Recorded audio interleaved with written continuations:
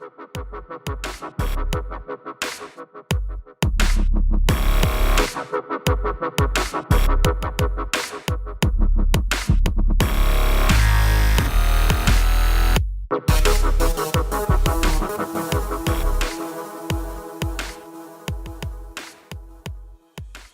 trainer, his name was Eddie Velez. He said, look, I got a dude coming in. He's at a higher level than you, but David, I want you to test yourself with this dude. I said, okay. He said, now here's the deal. I want you to get familiar with the ring. Just spar for the first round. When I give you the signal, I want you to try to knock this dude out. I was like, okay, cool. So dude comes in, he's really nice. We switch up and we start sparring. Eddie gives me the sign, pow, pow, pow. The dude takes a knee and he says, look, we have to stop. He walked to the locker room and he never came out. And I was like, oh, my dick grew like 4 inches. I'm like, king of the jungle, man. So I went back and we were training. And I was like, yeah, man, it was a nice session. He was like, yeah, man, that's my first day back. And I'm like, what? Back from where? He said, well, I've been battling cancer. And fucking what? My heart dropped. This motherfucker totally set me up. He said, well, I was trying to build your ego. I'm like, a cancer victim? You beat up a cancer victim? And the dude never came back.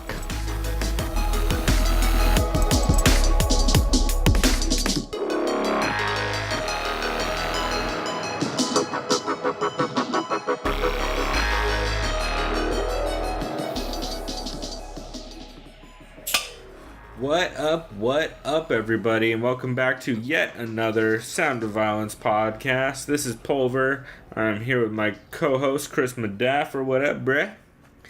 Well, we're going to have a little bit of a layoff as far as major promotion fights till September 2nd, but... That's right. We're going to have... all the important fights anyway, since only non-important fights are happening. I know, right?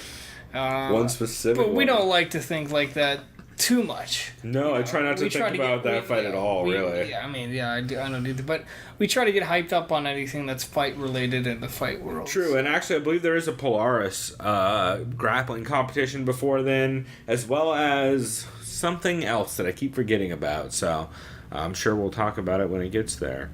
I do know that there's not much this weekend outside of like a CES card and some other really small card. Shouts out to the motorcycle that's about to drive by. Super love that guy. I feel like him and the Blue Angels can go hang out in a special place in hell. But we are way off topic. This show, if you guys have not heard it previously, is not about motorcycles or the Blue Angels. We are a podcast about MMA podcasts. Essentially, we want to... let everybody know what podcasts they should catch each week, a podcast they should skip, and a podcast they can't miss. And recently, we've also been talking about a new podcast each week that is our first time listening to it. And why don't we go ahead and start off the top at, we'll mention actually in a bit because it comes up, but holy shit, our intro with David Allen Grier on UFC Unfiltered this week. Pretty crazy, right? Yeah, it makes me I need to go back and listen to the whole thing because initially I'd only listened about half of that episode. But yeah, that clip, that's our intro. That's pretty crazy that happened to David Allen Grier. David Allen Grier is a famous stand-up comic, comedian. He's been on countless movies. Yeah, Freeway 2? I think it was Freeway 2. It was one of the Freeway movies. I think he was in Coming to America, too. Oh, yeah, he's in a billion movies, and he's fucking hilarious. He's also, we'll talk about it in a bit, but David Allen Grier on Loveline, back when Adam Carolla was on Loveline, is the greatest thing that's ever happened on radio. She done gut punched me, Dr. Drew. It's so good, you guys. Oh my god. We will have a Loveline clip later in this episode, especially because of him, so look for that. But why don't we get into our regular format now that I'm done telling everyone how dope Dag is. What's your catch for this week? First one is, it's been a while since that episode, but Morning Wood with Deez Nuts. Yeah. With Tyron Woodley and Dean Thomas. I like this episode. Really good episode, right? Yeah. Yeah, they started off, Dean was saying, drama is synonymous with Tyron Woodley's name. At this according point, to how people react to his fights. Tyron wanted to thank his coaches, and of course, just listen to these coaches in his corner. Fucking Duke, Rufus, Dean Thomas, Ben Askren, and his jiu-jitsu coaches, Antonio Carlos Jr., a.k.a. Shoeface. Yep. Who's a and beast. Rodolfo Riviera. Yeah, and I made the mistake. I tweeted Dean, or actually I tweeted during the fights. I was like, "Holy shit! Look at fucking Tyron Woodley's corner, Dean Thomas and Ben Askren." And he's like, "Hey man, don't forget fucking Duke Rufus and these dudes." I was like, "Good point. That's exactly what I was gonna say." It's episode 48 of the Morning Wood Show, by the way. It just came out this week. He says he's never going to go into a fight with anything in mind about, hey, are the fans entertained? Because fuck that. And that's when you lose focus in a fight. And I hope no fighter... to be honest, I don't think any fighter's thinking that. There's just no way. Especially you're so tuned in on fucking fighting your opponent. Some are, but like just engaging is pretty much the probably, yeah. No, he literally says that like I'm here to fucking bleed for the fans. Like I do this shit to be wild and fucking get into that fight wars. just got added to Fight Pass. So if you want to go watch Justin Gaethje, I just watched it yesterday. I want to watch that again so bad. Yeah. Maybe we'll watch that after this, depending on how long we go. But or at least I will. But yeah, holy shit. Woodley said he's done the best at neutralizing his opponent's best attributes. He was like, look what I did to Carlos Condit, and look what I did, to Damian Maia being such the big Brazilian Jiu-Jitsu practitioner expert he is. Look what I did to, Josh Koscheck's wrestling with my counter stuff. What do you say? Wonder Boy striking. Wonder Boy, yeah. He goes on and on. Who he's beaten, that kind of thing. Yeah, he also talked about how he won the Maia fight with the thrown out, but after throwing his shoulder out in the first round. And it's hilarious because Dean Thomas said after the fight, Tyron's mom came up to Dean. Yeah. She's like, "What's wrong with my baby?" Yeah. It's like, "What do you mean? He's fine. He's all right." She's like, "No, he's something wrong with him." Yeah. And then come to find out, dude's shoulder is fucked. He said that his fight against Maia will be studied for years to come and how to shut down a high-level jiu-jitsu specialist. Yeah, he's totally right. He's like, everybody that shit on this fight, if they're a fighter, they're still going to go back and watch it to look how to shut down high-level Oh, wait, I'm BJJ fighting Damian guys. Maia next? What fight am I going to watch? Yeah. He was saying, George St. Pierre, you need to come out and admit your real reason why you're coming back. Just admit it's for the money. Mm-hmm.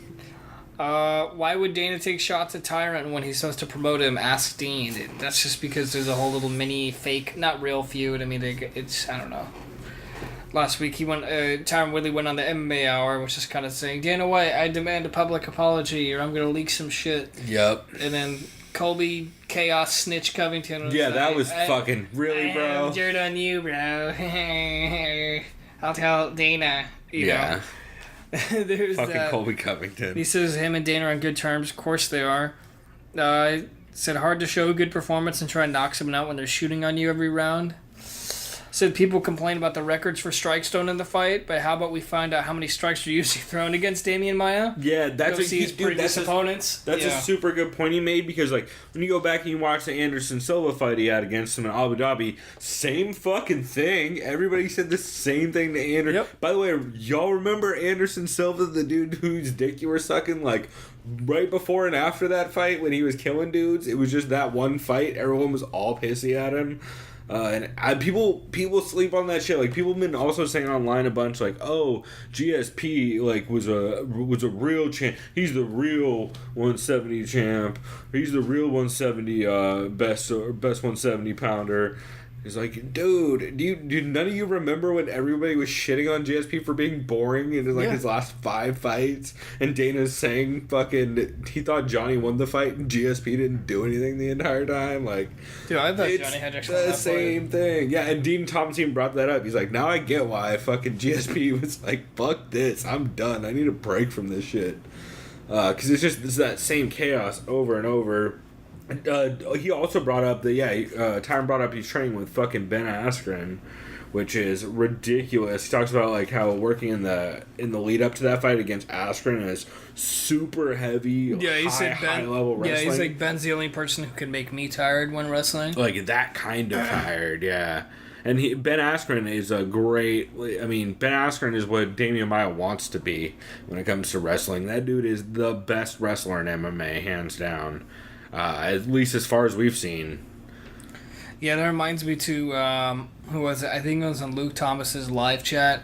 He mentioned he's been the best wrestlers that can do ground and pound, because he was commending Jones's effort from like being in turtle position and stuff like that. Mm-hmm. He was thinking the most talented wrestlers right now as far as like ground and pound go are Askren and Habib. Oh, for sure, because of their Just wrist in that control. position. Yeah, wrist control. They both are so nasty Especially how getting that Habib goes gift in wrap that and just crucifix, bombing too. on Yeah. him. Yeah, crucifix. So Ben I'm just Askren's gonna pray that arms on Habib him. does fight Tony at any venue. Really doesn't matter to me. Hopefully. Yeah. It'll be dope. Oh, the only other thing I had on that episode that you were talking about was he also talked fucking Tyron talked about speaking with Rory about the fight and getting tips from him. That's right. Because Rory's one of the guys that beat Damian and still got taken down by him. He's like, don't worry about turning just don't turn over. Don't worry about his punches. Just don't turn over, ride out the round, and keep your distance better. And that's how he won that fight back in the day, and that's exactly what Tyron did. Is he just constantly kept the right range. So that was pretty cool. I like that episode overall. Do you have anything else on it? Just the fact that Dean was saying don't train just for a game plan or to point fight, have audibles for adjusting mid-fight. And he was saying his main focus in training is you train to finish your opponent, not to just win by points. He was saying, yeah, that works for some people, but... Yeah, Dean Thomas is dope. Actually, speaking of Dean Thomas, this last weekend, shouts out to Dana White looking for a fight. I went to Crazy Burger, had a really good ostrich burger. Oh, that place in North Park? Yeah, they didn't have any watermelon beer. I was bummed out about it.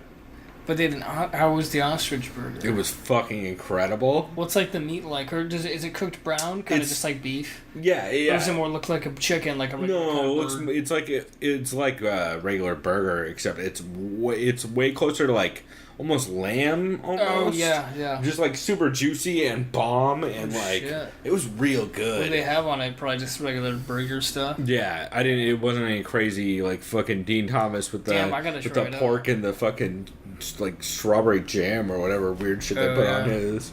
But yeah, it was real good. But yeah, they didn't have any watermelon beer. I was kind of bummed out. But shouts out to that part in North Park. I didn't realize Crazy Burger is literally, where Coin Op is? Yeah. It's directly across the street at the end of the block. Huh. It's right, like you could throw a rock and hit Crazy Burger from Coin Op. It's like it's like almost right across from that pizza place right next to Coin Op. Yeah, I was really gorging the other day. I had Fat Sal's, of course. Had their cookout sandwich. That's right. Shouts out to our local San Diego food segment. It was just only cheeseburgers, hot dogs in there, fucking pickles, Lay's potato chips, and a potato salad. Yeah, that sounds real solid. yeah, it was great. Actually, also that same day I had Bronx Pizza. Shouts out to more San Diego references. Bronx Pizza's the shit. And that morning I had Antique Row Cafe. So how about that? That's like the most fucking San Diego goddamn day ever. Treat yourself. Well, I did end up going. See, I needed to sober up before and after because I went to San Diego Distillery to have whiskey. Oh yeah, I saw some snaps off that. Fucking that place fire. Pretty sick? It's really good. Shit. They make whiskeys off of like a lot of really well known, really good beers, like Russian Imperial stouts and stuff. Because essentially how whiskey works is just distill beer.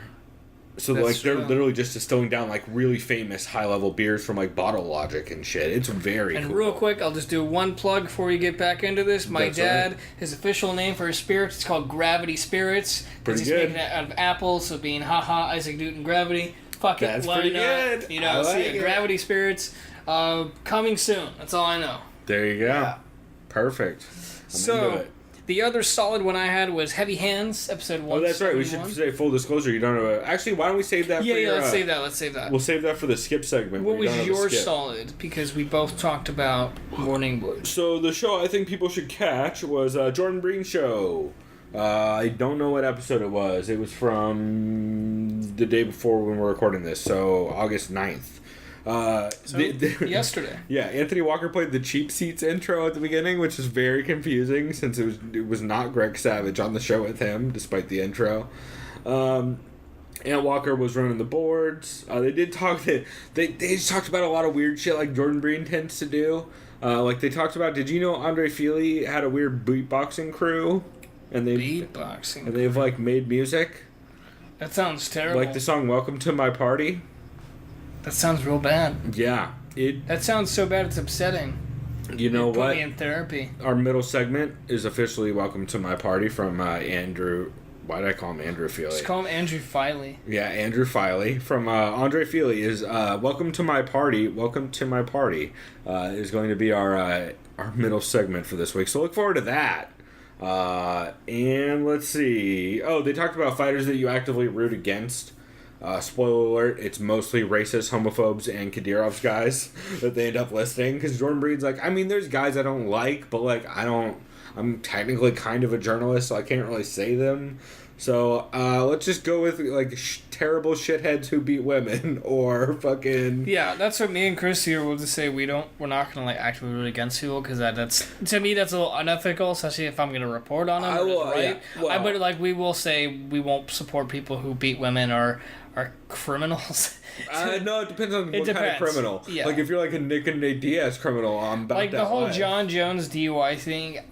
I guess I could say I won't root for someone like him because it's that him as a person, what he did. His mistakes were bad, yes. Yeah, I mean, hitting pregnant ladies ain't good. Yeah. But, who's to say? You'll never hear me say someone's name. Like, I'll say I don't like that person.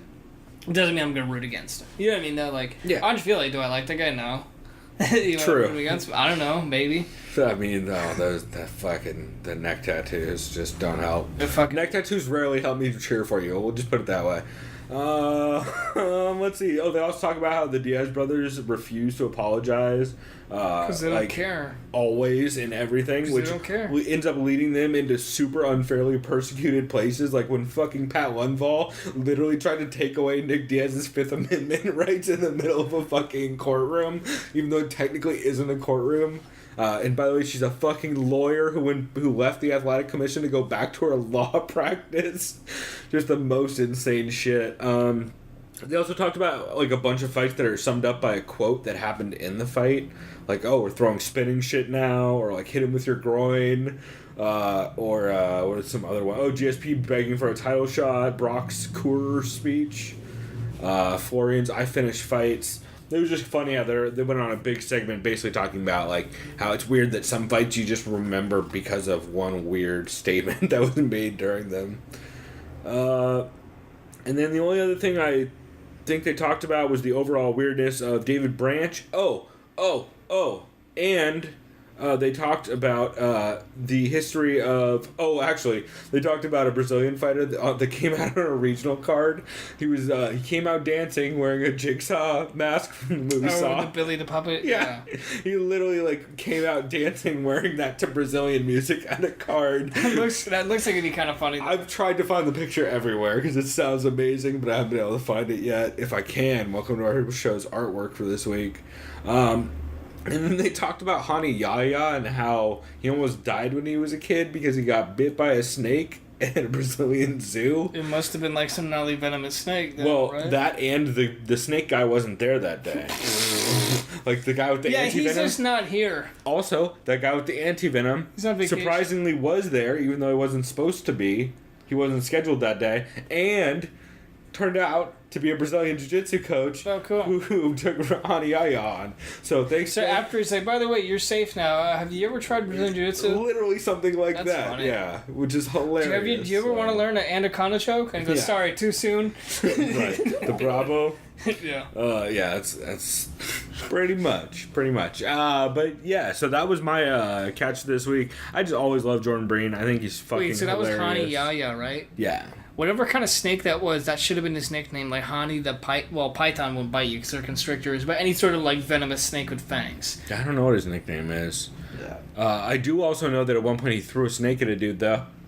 Because he's into reptiles also now. Oh. That's probably when he got bit when he was a kid. He's like, oh, this is a cool snake, bro. This fucking... Yeah, maybe. But he literally threw a snake at a dude. Jordan actually tells that story also on that show. So definitely worth checking out. That's just what that show is. A lot of weird Jordan Breen stories about crazy shit that happened in MMA that everyone else forgot about. So definitely worth checking out. Why don't you jump us into your skip for the week? Don't have one. That's right. So why don't you get us into your second catch for the week? Speaking of crazy shit, Michael Bisping's Believe You Me Yeah, that was close to being my skip for the week. It was I can see why. I could put it as my skip because it was kind of weird. So much shit Lewis was saying. That was the problem. Michael Bisping's part was great. Michael Bisping was great. Talking about how his family, he was on vacation the other day in Maui, Hawaii. His family got lost down in a raft in a river, headed out to sea or something like that. I think they were going to. I believe the story was they were going to jump off of. They were going cliff jumping out in the middle of the ocean with Kendall Grove, by the way. Kendall Grove. Dagger. Team Dagger, you remember Team Dagger from he was talking about how his kids are fearless, and he's Dagger. like, I was acting like a pussy, gonna piss my pants, trying to climb the cliffs. Yeah, and, then, and he was saying, they saw some old ladies drowning out in the fucking ocean, and then, Michael was almost already drowning because he was fucking paddling and going nowhere, and then he had to try and drag these two old ladies. And he said, I wouldn't murder an old lady out to sea unless it meant to save my daughter's life. Yeah, he started joking about listen, you need to calm down, or I'll hit you. Lewis was like, if it was just a fucking retarded question. If you were to choose any of your kids to die, why would you ask him that? Who would it be? He said it'd be 7-year-old Lucas because he always picks against me every fight. Right, of course. That's the right answer. If your kid's gonna troll you, you troll him right back. It's the right goddamn answer. Yeah, and Michael's like, I'm a goddamn hero for saving these old ladies. Where's my bronze effigy? Then they talk about that viral video of those kids watching a homeless guy drown in Florida. Yeah, that shit's a bummer. He said, fuck those kids. I'd beat the shit out of them. Even though I don't beat on kids, I'd make an exception. Like but then right. Lewis did make a good point. He said he should have called the cops because those waters are alligator infested. I'm like, oh, wait, that's a good point, though. That's a very good point. He's like, I'm not that good of a swimmer, and I would essentially want to say, but like, wait, a gator could just get me? Also, I'm sure that dude was thrashing around a bunch. yeah. No, unfortunately, that dude definitely got eaten by the gators. Yeah. Welcome to Florida. Yeah, so there's that. Lewis says he didn't. This was such a dick quote. I don't want to waste my time this weekend watching this Pettis Moreno card. Yeah. Thanks, asshole. Right. How does that even help all your listeners? But also now we all get to listen to you talk about the thing you didn't watch. He's like, I saw some highlights. Michael Bisping said Sam Alvey is an annoying motherfucker with a shit-eating grin. Yep. Because he said he trained with him one time, and Michael said my ribs are already bruised out. Hey Sam, can you just not hit my ribs? Sure, man, no problem. First thing he does, body kick to the fucking ribs. And of course, Bisping hates his smiling gimmick. Oh, also Lewis said super ignorant shit about Sergio and how he's mostly good because of his brother, which makes no sense. Oh, maybe it's because they train under the same super high level kickboxer, not just because he's got beat up by Anthony. Heavy Hands had a really good episode. They were talking about how Sergio's actually the more technical out of the Pettis brothers. He's actually a better overall kickboxer in Taekwondo. Yeah, they're. Michael kept saying, according to Lewis, lots of gay joke setups, like sucking the little bits of cashew nuts out of his mouth, saying there's nuts in my mouth, but I think that's Lewis just trying to be funny. Yeah, that's what he does. Didn't really work for me. Oh, Lewis. There needs to be clearer criteria for taking points away in a fight, and there should be active monitoring of strikes on a computer that shows the judges. And that led to that whole 10-8 discussion of Lewis just kept trying to say I think they're making it more confusing because they're adding more numbers. Well, I could see that, Lewis, how you would think more numbers are confusing, but fucking not more confusing. It's actually easier now to tell because it's way more clear. But Bisping did make some good points though about just about how it's still super kind of I can't think of the word, god damn it. So it's all your own your own opinion. So it's very subjective. Super subjective, yeah. So pretty rough. Lewis's Gas Digital Network also fucking pissed me off because it's I wrote that it's a sham like all other podcast networks except for Death Squad and All Things Comedy, and the second one's questionable. Mostly because all he does is charge for content that they've already put out just to try and lock shit behind a paywall so that they can try and sell you more shit so they can fund shit that they don't need to fund in the first place. It's all I always have trouble with all the fucking podcast networks where it's oh, bro, yeah, we'll put out your podcast and we'll get you a good 100 more listeners and it'll just cost you all of your advertising money, bro. Yeah, pretty much. Or 50% of your advertising if you get enough views.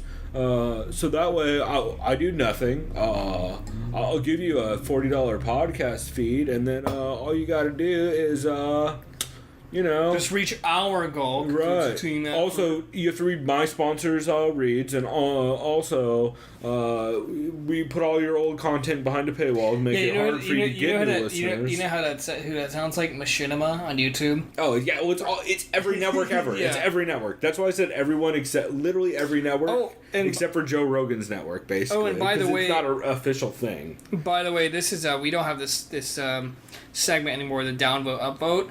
Downvote of the week. Skip Bayless. Guess what he said on his shit of a show, Undisputed on Fox. Oh yeah. He said. Did he say Nate someone's Diaz. I'll try to talk like shit? Listen, yeah. All right, Shannon, listen to me here. Nate Diaz beat Conor McGregor because he had a 40-pound weight advantage, which that's bullshit. It's probably maybe 15 at most. That's in that fight. Yeah. He says, and because of his sumo-style wrestling. Okay? Fox Sports, not Fox Sports, Undisputed, everyone. Fucking goddamn, Shannon Sharp, the guy who calls it Brazilian Jiu-Jitsu, Brazilian. That's right. I was gonna say you didn't have nearly enough of a speech impediment while doing that impression. Yeah, he didn't have that much peanut butter that time. For real. But yeah, these guys are fucking clowns. I know it's an inside thing. It's totally. I've heard about it. Like Skip Bayless. No, it's a con. He doesn't know what he's talking about. Well, there's that. Is the real problem. Yeah. He just has no idea what he's talking it's about. A con. So. He just gets fed shit to read. Yeah. He'll just read it and sell it. That's just exactly the whole what he point. does. Like, hey, here's your side, bitch. Yeah, because then someone like me, fucking NASCAR Billy Bob will be like, oh yeah, that fucking dude Diaz, Cholo, you sumo shit. It's fucking sumo wrestling. Did you see that, boy? The wrestling? Sorry, I'm on my sister right now. I didn't hear you. Shit, he had to cut off the top knot for that fight. Yeah. So, that kind of shit, guys. Skip Bayless, the great. Pretty rough. So I guess speaking of terrible things, I'll get to my skip for this week. It's a two-parter, both from the same podcast feed. Let me scroll down to the first part. It's a bad one then. No, you can probably guess who.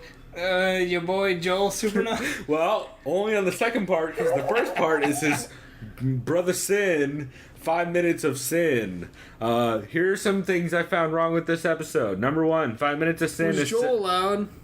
No, Joel wasn't even there. Oh, good. For 5 minutes of sin. It's 5 minutes with Brother Sin. No, is he loud too, though? Oh, yeah, he's awful. He's the one that sounds like a weird preacher from the South. Oh, fuck. So, 5 minutes of sin with Brother Sin. First problem, it's 7 minutes long. That's my first issue with it. So, 2-minute warm-up. Yeah. He opens with a horrible story about how businesses fail. I said he sounds like the tiny classified ads guy, which I'm really hoping he doesn't end up killing Joel and then committing suicide via genital mutilation like the tiny classified ads guy. It's a real fucking story. He really does sound like him, though. Like, go back and listen to Tiny... I forget the guy's name. Just type in Tiny Classified Ads and listen to the really, really creepy infomercial. And then know that guy tried to commit suicide. I think he did successfully commit suicide by stabbing himself in the dick in prison. Let's see. Also, Brother Sin is clearly reading a script and not doing it well the entire time. So it was it was real rough. So that was just part 1 of my skip for this week. So this is him going, I am really mad. Businesses are terrible right now. No, it's worse than that because it's just like, imagine like if a preacher and an AA guy had a kid that only was trying to get you hyped on fitness. It's like that. But also he thinks he's a business. I've never had a business. So he's drunk and fiery? No, not even drunk. He's just sober on life and fiery. Oh, yeah. He's one of those guys. He's real Tony Robbins-y. He's like, I've never owned a business that made it overnight. Those don't exist. But what I do know is that this is the way. You're like, oh my god, fucking with the super. You're like, for sure, just learn to read better or don't read what you're gonna say. And then, of course, the follow up 8198 to 92 the truth, or 8192 the truth. What do you think? Episode Chael 2 thinks of this? What? Like, what do you think Chael thinks? Oh, Chael, I think he loves it. I think he thinks it's so bad that he's like, oh my god, this is exactly why I formally told... nominate 8190 the truth as being the room of podcasts. Oh, so bad, it's so good. close. It's so close. Almost there. Yeah, if Joel's kid was any less Otzi, it would be. Jesus. That's 2 for 2 on Otzi references. That's pretty bad. Hey, that wasn't me who said it. Everyone listened to that. That's right. Jesus Christ. And like I said last week, I'm a little Otzi, so I feel like I can get away with it. See, I don't know if I would just say it like that, because last week it would sound like goddamn Nazi, dude. That's true. I should clarify. There's no Just, N if on you're the going to be a beginning piece of shit, just say I'm not an artist, I'm an autist. Right, exactly. Speaking of autistic moves, Joel keeps appealing to Joe Rogan to come on his podcast so he can talk about how he loves On It. That's how he opened the show. Brother Sin wants to do team competitions with athletes for the show. I don't even know what that means. Describe athletes, Brother Sin, brother. Yeah. Athletes are dudes Brother Sim wants to fuck. That's who athletes are. Yeah, I literally wrote down, I don't get it. I just don't get what he's going for. Joel says the show isn't about MMA. So good. We're no longer having to cover the show, Chris. Thank you. Okay, but bad news, Randy Couture was on the show, so we have to cover the show. Yeah, fuck. So Randy Couture Skypes in from New Orleans, which this is the only cool part. Randy Couture Skypes in from New Orleans. Does he magically reach through the Skype computer and strangle Brother Sin or someone? No. Actually, Brother Sin wasn't even there. Because Joel had to awkwardly record it via Skype in some fucking weird giant, I don't know, airplane hangar or something. The audio is terrible on his side. Or like a fallout. Randy's side is fine. And Randy calls in from New Orleans where he's helping the Saints in training with Jay Glazer. Neat. That's kind of neat. Yeah, because Jay Glazer goes around and does MMA. I remember he was a former defensive lineman or some shit for some team. Yeah, and Glazer goes around and does MMA training and all the for everybody's camp coming back in and all that. God, if only defensive linemen could fucking double A O linemen, will be way more exciting. For real. But there'd be too many holding calls. For real. And the only other thing is Joel's washer turns on during the Couture interview, and he has to tell Lad to go turn it off. He's like, go turn off the washer. The fuck, Joel. So that's our skip for this week. If you don't know why it's a skip, you're probably Joel or his kid. Or you literally just started listening to us right now after you just got done doing something else. Yeah, which fair. That's a fair take. So, now that we've somehow made it through that, Chris, why don't you get us to a good podcast? Why don't you let us know the podcast people can't miss this week? Can't miss for me was MMA Hour, only because the two interviews I listened to are pretty intriguing. The one, first one I'll say is Ian McCall. Wow, real emotional shit. Yeah. I mean, that's always Ian McCall, but... Yeah, I know he's kind of cranky at first, but I get it. He's in a shit mood.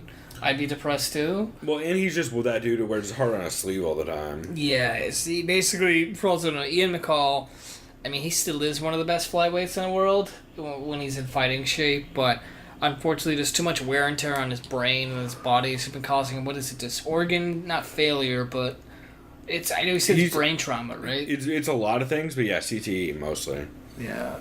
Which is rough, because he's getting a transcranial... something. Oh, he's getting brain stimulation. Yeah, it's like electromagnetic pulses. Yeah, it's like transcranial magnetism. Magnetism, yeah. Yeah, some weird phrase. All I know is transcranial is part of it. But because Zane Simon was tweeting about can the UFC even legally let him fight again if he's tweeting and talking about shit like that? Probably not. It's pretty irresponsible I think at this to point put him back in the cage after this. He's done fighting. I hope he comes back to his American Animals podcast. I don't even know if he's with them anymore. I don't know what's up with that. I do know he's been doing his... He said the Storytime creepy lately. But I don't know what's up with American Animals. I hope he comes back to that show. Cause I hope he's not on bad terms with Eric Apple or something. I do too. I really like Eric Apple a lot. And I feel like I heard they had some issue recently. I think that's why he's been gone. Yeah, but I hope they end up doing that show again because I really like Eric Apple a lot. And Uncle Creepy is always cool. So yeah, all the best to Ian McCall. For his sake, I hope he just retires so he can just enjoy trying to get better in his health. Been down here somewhere doing the transcranial magnetic surgery or whatever. Oh, dude, probably UCSD. They're one of the top schools in the entire country for CTE neurology. And shit, yeah. No, they are. Yeah, they have state of the art lab. Yeah, he said he's been driving down here daily for it. So yeah, I'm almost 100% sure he's at UCSD's medical center. It wouldn't surprise me. They do a lot of stuff on that. And then, of course, the one interview that a lot of people probably heard in reference to the podcast. Oh, you didn't mention all the weed that he talked about, bro. Oh, how he just needs to have... Well, okay, to be fair... He talked about how he's like now a big sponsor, or he has a big sponsor, and he's like working with a company selling weed stuff. Oh, because I was just hearing how he smokes weed as his medicine. Well, that too, yeah. Because, I mean, I agree, fuck pills. Yeah, but he has like a big CBD sponsor and like... Well, I know probably CBD Drip, right? I know they were a sponsor on his American Animals. I don't know. I know they have like a CBD water sponsor that he was talking about, which is crazy because I was hearing about hash water back in...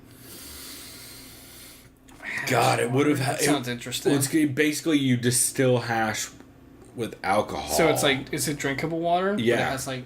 I think it has alcohol in it. Oh, huh. Because of the way they distill the hash.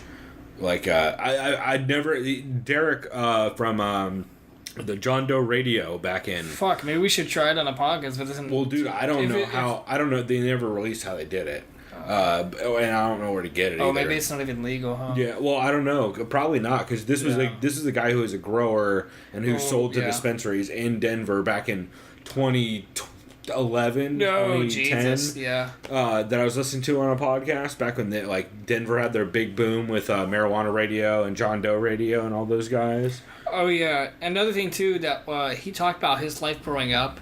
He was saying he doesn't like when people's excuse for being scrappy or tough is, I grew up in the street. That's my hardship. He's like, fuck you. I grew up rich and spoiled, and I love fighting too. I just love fist fighting. Yeah, it's all skill based. I agree. But I also agree that where you grew up and how you grew up does kind of mold your character to 100%. Look at Tyron Woodley Exhibit A. For sure. But yeah, his was an interesting interview. I did listen to a little bit of Luke Rockhold. His was just the same stuff that he said last time I was on there. He's been trying to find a fight since June. Ariel Helwani says, you look great with you shirtless. Said something about what color your eyes. And then Luke says, you have good taste or some shit. I don't know what the fuck he was saying. I missed all that, evidently. But yeah, that's a great way to end that interview. He said he admitted pretty much Whitaker's the best middleweight in the world right now. Mm-hmm. Which, no shame in that. Paul Malignaggi. This was the interview a lot of people referenced and a bunch of other... Before you get to that one. Oh, wait. Pat and Rose, quickly. Pat Barry and Rose Namajunas had a great interview. Were they both on at the same time, or was it Pat first? So is Pat. Rose did what Pat always does to her. So it always starts out as a Rose interview, and then Pat Barry will show up at some point. This time it was a Pat Barry interview where Rose showed up in the background, showing off her tomato plants later. But yeah, they talked about Pat Barry's crazy alcohol and pill addiction that he's been going through.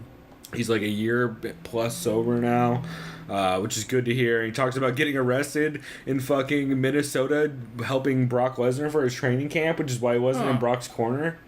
He was like, he went out for a pizza and they got trashed, and then he started arguing with some dude, and fucking the cops showed up as he was pulling out, and they were like, are you drunk? He's like, absolutely.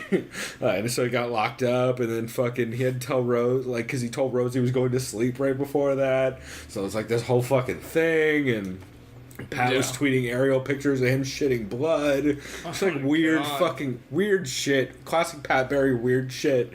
But he sounds like he's doing really well, and fucking Rose is hilarious in the background. That's good, yeah. And dude, he's hyped on Rose right now. He's she is in the gym whooping everybody's ass every day. Fucking girls like Valentina up on the regular. Well, it's crazy too. I always forget that their head coach is Trevor Whitman. Yeah. Gaethje and a bunch of Trevor Whitman's a fucking beast. And she's also, she's out with all those guys, Elliot Marshall and all those guys too, right? Oh, yeah, because she's camp? No, it's a different camp. It's a different part of Colorado. But did she not train with Elliot? I thought she was training with Elliot. No, I might be mixing her up. Maybe it's kind of like a nomad kind of style. I might be mixing it up. Because I remember Luke Rockhold, dude, he's training fucking Henry Hoof right now before he goes back to AKA.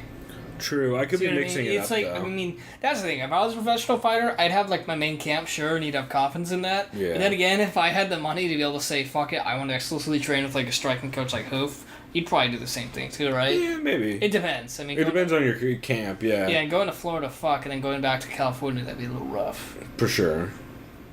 Oh, yeah, but anyway, before I cut you off with the Pat Barry stuff, what was the... Oh, Paulie. God damn it. Right. I enjoyed this interview. I did too. It just sounded like Paulie being Paulie. Yeah, do you think he was authentic with it? He seemed pretty authentic to me. Everyone in the boxing world says Paulie is just a straight shooter and fucking doesn't, like, and that's what I got from it, is like, dude just seemed like he was kind of fucking pissed off that, like, Conor was showing him no respect and shit when he came I agree 100% where he came from. I have no ill will towards Paulie. The only person who had an issue with what Paulie said was Luke Thomas. Luke Thomas thought Paulie was trying to just get attention to himself and just make it... Just because of the number of interviews. Which, yeah, it's hard not to argue with. I get that. But, like, I think he's just trying to get the word out, like... This dude's trying to punk me. Because Conor's got or a he's million like, where's people Ashton looking at Kutcher? that picture, When he was, like, in the shower... And then he was like, all right, Conor, you done with this bullshit? And then Conor just, like, laughing, like, oh, Paulie, something like that, just blah, blah, blah, and just walks away, not giving a fuck. Yeah. Fucking... Conor's just literally conning everyone, so it's just, he doesn't give a fuck. He just wants money. Yep. I mean, it's all anyone involved in this fight wants, so... It's funny that Paulie kept saying all of his teammates were just yes men, though. Like... It sounds right. Rarely, when people get that popular, are they not? Like, hey, let's look at MMA history. Like, you had dudes like Chuck Liddell, and they were about the only ones that didn't have yes men in their corner. But, like, also, they just happen to have, like, super, super fucking honorable guys like John Hackleman in their corner. They didn't have fucking Edmund. So, you get a lot more Edmonds in the sport than you do John Hacklemans, Beautiful work. Yeah, beautiful head movement, chap. Oh, yeah, Jordan Breen this week also talked about how people shit on Edmund for his corner work, but Mark Coleman had the worst corner work of all time. Mark Coleman? Yeah, just because Mark Coleman would just literally yell, like, hit him, Kev! Oh my hit him! God. Yeah, fucking Mark Coleman's great, but not the best corner man ever. Oh, it's good stuff. So yeah, I enjoyed MMA Hour. Some good solid guests. I like those interviews. Gave us some good insight. I mean, as far as holy shit, I can't believe that goddamn fight that we don't want to watch, even though we will, is already in 16 days. Yep. Crazy. Oh, and another thing I learned from that is that Paulie has a podcast called Brooklyn for the World. Oh, yeah, huh? Which I should check out. I bet it's interesting.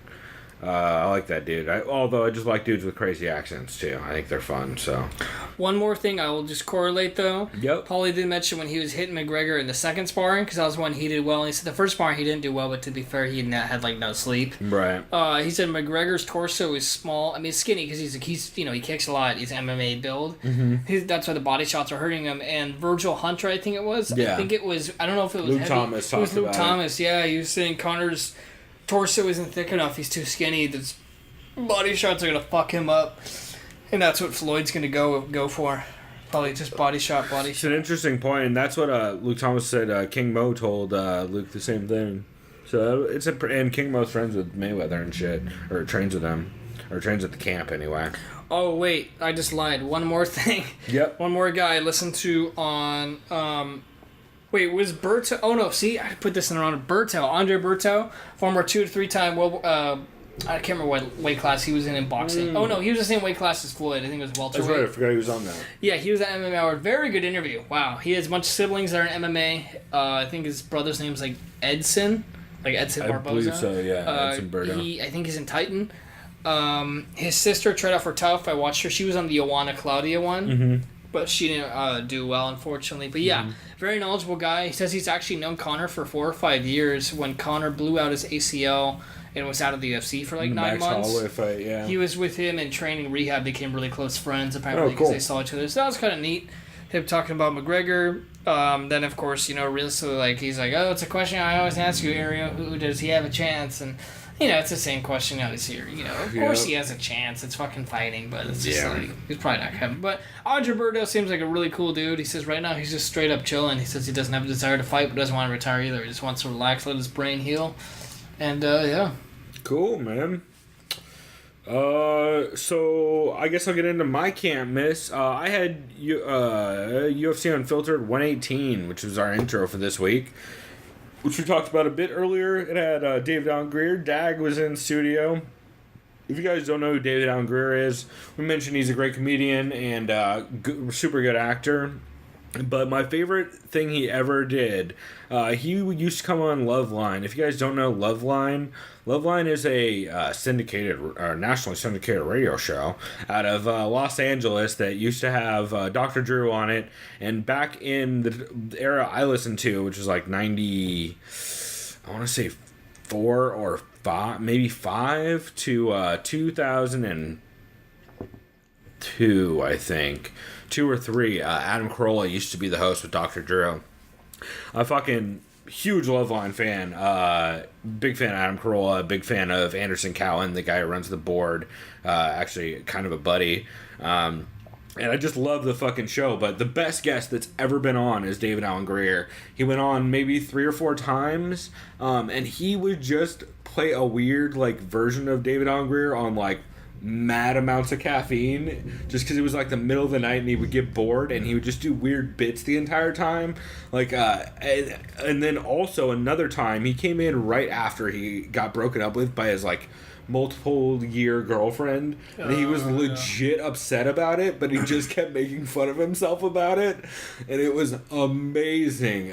He just keeps like pretending to have breakdowns about the relationship, which are like kind of real, kind of not. Like they're clearly seated in real issues, but like it's just such a fucking weird dynamic. So anyway, I will have a link in the description for that, where you can find it, because it's one of the greatest fucking things of all time, and that's why I love David Allen Grier, and he is just a hilarious dude. So he was on Unfiltered this week. It was a really weird intro for the show. Matt and Jim are fucking weird as always. Matt starts off the show by literally coughing into the mic. Yeah. And then Jim immediately starts talking about his canker sore in his mouth. In my mouth. I eat too much hot food. I don't know what the fuck he's talking about. Fucking brutal. My mouth guard I wear at night for my teeth. Yeah. Cuts my mouth. Such a nerd, Jim. Aljo got his brown belt this weekend at the Sarah BJJ barbecue, evidently. That's kind of cool. Yeah. So that was cool. And then Dag comes in studio. David Allen Grier talks about the John vs. DC fight, and dude definitely watches a decent amount of MMA. Yeah, I remember he was talking about too what it's like for people to get KO'd and like the effect of that. Well, I know he talked to. I can't remember who he said he talked to. I think it was a Michael Spinks interview we heard. Yeah, Michael's. Yeah, he was just saying like when people get knocked out, they're just like, where the fuck am I? You know. Yeah. It's wild. I almost would feel like it'd be kind of like, only time I fainted before once when I was a little kid, and I just remember like waking up, you have like no idea where the fuck you are, so it's probably not as bad. I was just getting knocked out. Right. Yeah, pretty wild, but it was funny hearing David on there, just like kind of talk, because Matt's so out of place because they're just talking about like nerdy comedy shit the entire time. So it's funny to hear when like David actually mentioned some decent shit about like, about John and Cormier. He's like, oh, you hear Matt perk up. I'm like, oh, and he actually knows a little bit. And I'm pretty sure David used to always go to the fight nights that Kimmel and Carolla used to do back in the day. That's something. That sounds like that's because Kimmel would always hold parties for football and for UFC fights back in like the 2000s. Back when he was like had his big show, like when it was first starting out. No, I heard. Dude, like just after the Man Show. I heard like a lot of those talk show hosts are pretty good people. I heard Jimmy Kimmel's like a really great guy. Jimmy Kimmel's one of the nicest dudes of all time by anybody's account. I have a couple buddies who have met him a handful of times and worked with him and stuff. And he's super nice guy. Adam can go either way. He's a nice guy the couple times I met him and talked to him, but I also have some buddies with stories that they're like, Jesus, Adam was super awkward and Otzi at me, and which he's notorious for, so what are you gonna do? But shouts out to that dude. Kroll's a good guy. Anyway, back to Dag. Dag breaks down the crying thing, which is what you were talking about. We're like, yo, when you get knocked unconscious, your body does weird shit like cry. Like, that's just kind of a thing that happens sometimes. Because you're naturally confused in your mind and you don't know how to react. Well, and it's like, it's your brain trying to catch up with the rest of your body, kind of. It's fucking just happens. Well, yeah, it's like if you fucking unplug a fan or just turn off your computer, like not like a hard turn off, you know, like. Well, it's like getting hit in the nose and your eyes watering. Like, that shit is normal for people who just don't get hit in the nose every day, you know what I mean? Like, it is what it is, but it's interesting hearing Dag have a pretty relevant take on that. Talk a bit about the Connor Pauly drama, and all that bullshit, just like everybody did this week. They talk about a bunch of old weird movies, like the fucking Woodsman, where Kevin Bacon played a pedophile. Yeah. Fucking Jesus. Dag was actually in that movie. So, played Kevin Bacon's boss in that movie. So, fucking bunch of weird stories like that. They talk about riding bikes, motorcycles. Like Dag talks about driving up the coast and the dude he was riding with almost falling asleep while on the bike. And he like pulled him over and woke, and dude said he was literally dreaming. It's like, fuck, that's terrifying. And then Dag of course talks about piecing up a cancer patient. Yeah. And then there was a bunch of stories about Paul Mooney and how cool he was. And then Matt and that was the end of the Dag stuff. But that dude's great. Evidently, he's got a new game show about something involving Snapchat or something. I don't know, but I bet it's hilarious because I bet he's just shitting on everybody. See, his would probably be pretty great. The one I heard was real terrible was the one Jamie Foxx did with Shazam. Why would none of that would be good? No, I swear it's the dumbest shit I've ever heard. Someone on Reddit talked about it. It's where like you fucking have like a second or two to listen to part of a song, but just the way that they have you answer it makes no sense because I guess the other team could just butt in even though it's your turn. Sure. Like, yeah, what? That sounds like the kind of game show. It's like what the fucking fuck. Yeah, he would be involved in that I shit. think Jamie Foxx should either stick to acting because he's decent at that. Oh, you said Jamie Foxx? I thought you said Jamie Kennedy. No, Jamie Foxx, like actual it's so talented different. person. Oh my god, that's so much more disappointing. I was like, that sounds like something Jamie Kennedy would be involved in. I think it's Jamie Foxx. I hope I'm wrong. It could be either one, really. I hope not, because Jamie Foxx is better than that. Yeah, He'd true. He'd go back up to stand-up comedy before he'd do some bullshit like that. True. But the only other thing was Matt and Jim went through the fights and talked about it. Matt loved the Mexico City fights, which was rad. He also was so hyped about Ronnie Aya's Hani Yaya? Ronnie. See, they fucked me up. They fucked me up because they kept saying Ronnie because the producer's like, it's Ronnie. Yeah, I'm not sure that it's not Ronnie. Chris is the it not- producer? It's Hani, It's right? Hani's fucking Brazilian. I know, but then Chris the producer's like, I have a pronunciation guide producer right would here. know. He knows, like, all that that's shit. a good point. What He the would not fuck? know that shit actually. Anyway, yeah, Holy Hani shit. Yaya. Matt Serra is so hyped on his Kimura. He's fucking so excited about it. He was telling everybody to go follow Hani Yaya on Instagram since Hani Yaya said he's gonna break down the technique. But he did point out it was a super dope. Basically, he was working for the mount, so he had his hand down like he was gonna try and push the knee down to get over the mount, and that's what made the dude turn into it. And then he basically gives him the arm and fucking yanks it. Matt Serra just kept going, Hani Yaya, Kimura setup, over and over again. So there's a lot of that. I just noticed that you can tell when this is ironic. I just noticed you can tell when Sarah's reading his notes on last week's fights. I did that while reading my notes about Sarah reading his notes on last week's fights. That's fun. Because he stumbles the same way I do, and most people do when they're trying to fucking read, which is Matt Sarah will say the same thing 3 times. Pretty goofy. And then Matt Sarah started talking about how he ate Hot Pockets and kept beating himself up about it. Cool. Oh, so that was the my catch for this week. Anything else? Or did you listen to a new show this week? I did not, unfortunately. I did. I forgot to text it to you. Did you know TJ Lavin and Forrest Griffin have a podcast? Someone on Reddit mentioned something about Forrest Griffin, but I was already assuming he had like another podcast. So it's called Anything Goes with TJ Lavin and Forrest Griffin. It's pretty funny. So I listened to the first episode, which came out January 1st. Nope. Sorry about that. July 1st. And they just had a weird intro where they tried to intro themselves and then kept being like, I don't want to talk about my own credentials, and getting real weird. Here's some quotes. TJ, you're smarter. Forrest. Well, concussion. You have more concussions, weirdly enough. Because TJ Lavin for sure does, which is fucking weird considering Forrest was a cop and a fighter. Forrest talks about how he realized that there's no bar to starting a podcast since podcasts are about to jump the shark, it's time for him to start one.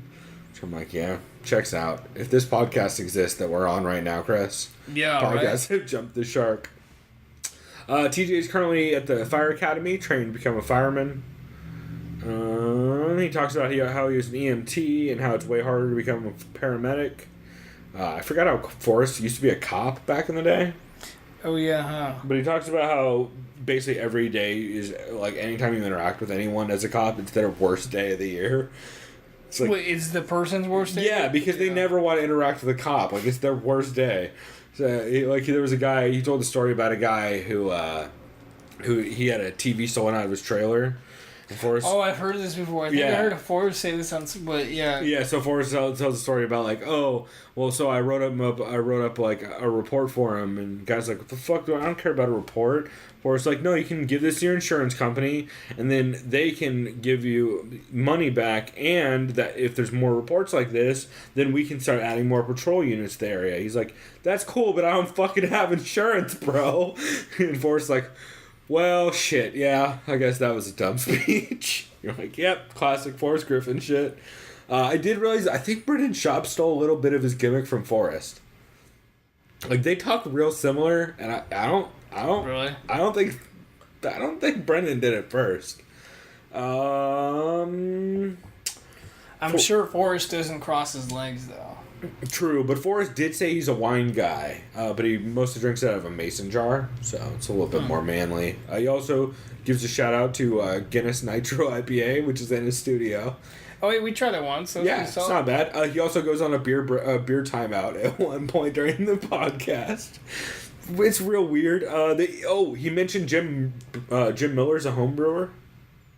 Did not know that, but that's pretty rad. Kind of makes sense. I could see that.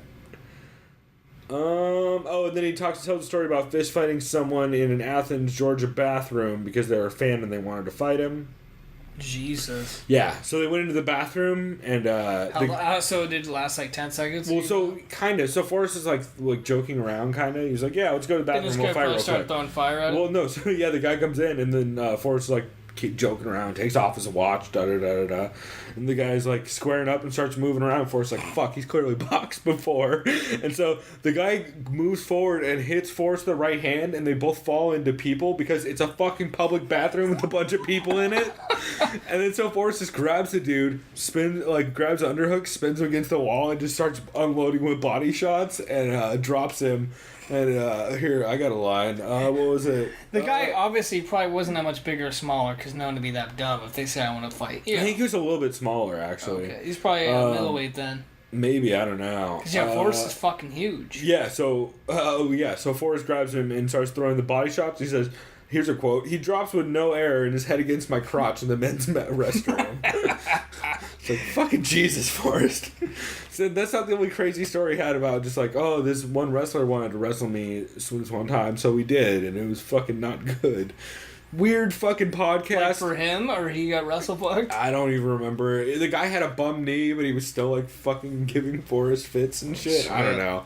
It was weird. So, super weird episode, but worth checking out. To be full disclosure, that was from July 1st. They have about, I think, 7 or 8 episodes since then. They have one with Demetrius Johnson. They have one with Richard Hunter and Frank Mir. So I would definitely recommend checking it out. I'm going to catch up on that. Right. It just reminds me when I watched Tough Latin America Season 3, just because like the coaches were like Forrest Griffin and like Chuck Liddell. Oh, like yeah. That. And they weren't fighting each other. It was this honorary coach, but it was so entertaining because like he didn't really know Spanish, but all like the Mexican and Latin American guys fucking loved him because they knew who Forrest Griffin was. So, dude, it's pretty entertaining. Like the fights were great that season, but if you like Forrest Griffin, probably should check that out. For sure. Any other podcasts you heard this week that you feel like shouting out? Heavy Hands was good. They're talking about Anthony Pettis. They think he's a talent now, skill later fighter, but they said his younger brother Sergio is more fundamentally sound kickboxer and striker.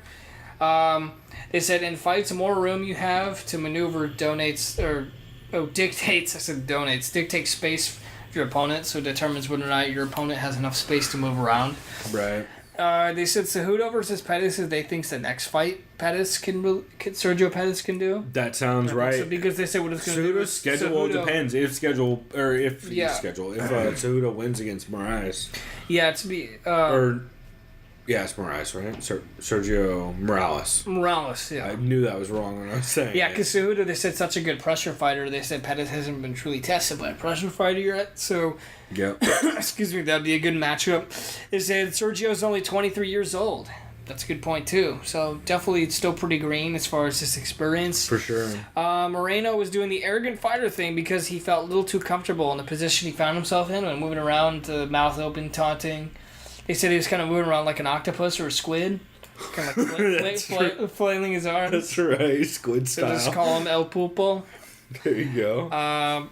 He said Moreno needs to learn how to dictate the pace of a fight and not rely too much on unorthodox movement, but that'll come with experience. They think Moreno should fight next a mid-level guy, maybe like a Moraga or a Chris Carrizo. That's what I'm hoping for, which is why I picked him in the fantasy league. Because they think he just got hyped up too fast when he upset Louis Smolka and one other guy. Exactly. That's why I'm really hoping they feed him to someone decent like right soon, so I can get more points in that fantasy league. Because I think that dude's gonna be active, and I think he fucks up a lot of those top level dudes, especially. You like said you picked up Cowboy, right? I did. Yeah, pick he's up already Cowboy. says he wants to fight at 216 or. I saw that. Yeah, so I was like, fucking, that's an easy pick. Like, especially since, again, another guy who, since he just lost to a super high level dude, he'll keep fighting people that are pretty high up. Well, they'll be high up, but they'll be more at a reasonable fucking range for him, you know? And then they ended by just saying Luxa Grosso did well in range and strike on the feet. Her exit strikes are great. She needs to work on her takedown defense. They said 90 strikes per fight should be her pace. They said Marcos looks solid all around, and they said Grasso fights a lot like Thomas Almeida. Yeah, I thought that was a good comparison. Oh, and they also talk about how incredible Lomachenko is. Yeah. Which, hard to argue with that shit. You have anything else? Nope. I think the only other one I had was Bite the Mic podcast with Mike Tyson. They had Dana White on. Oh, yeah, huh. It's Mike Tyson's podcast with Peter Rosenberg of Hot 97.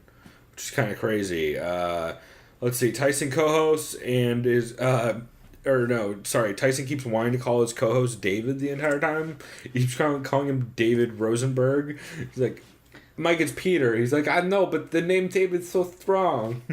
It's a strong name. David Rosenberg. Just call him Paul Rosenberg, Eminem's manager. Yeah, for real, right?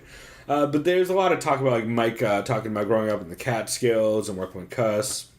And then Dana White calls in.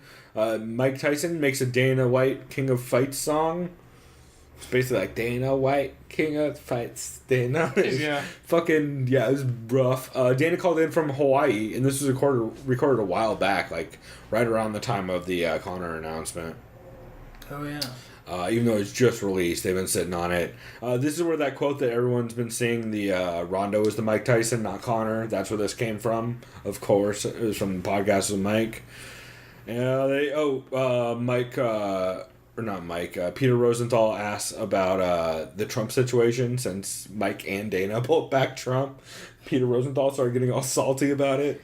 See, that's what's weird. Being like, I could see Dana being a Trump supporter, but I was going to say, but like Mike Tyson being a fucking Muslim. He brought that up to both of them, and he was like... supporting Trump? Yeah, and they're like, well, I support Trump because Trump supported me. I don't agree with the Democrats either. That was Dana, by the way, not Mike. Yeah, right. Let's see. Oh, and then real brutally, they split the audio into two shows. And then the second show starts. They ask Dana one question, and then they wrap it. Oh, great. Yeah, it's real great. And then they started talking about Tyson back in the Vegas in the 80s. He's like, everything was free in the 80s. You could get hookers with a voucher. That's a real quote. And then his wife came on and started talking, and I checked out. But that was the only other one I had. So why don't we wrap this segment here? When we come back in our next segment, we will quickly break down the UFC Fight Night Mexico City card, Pettis versus Moreno. And we'll talk a little bit about Contender Series, and then I think that's it for this week, actually, since there's no upcoming fights. So we'll wrap this here, and we'll be right back. Check out that thing I mentioned earlier that you should check out, which I forget what it is.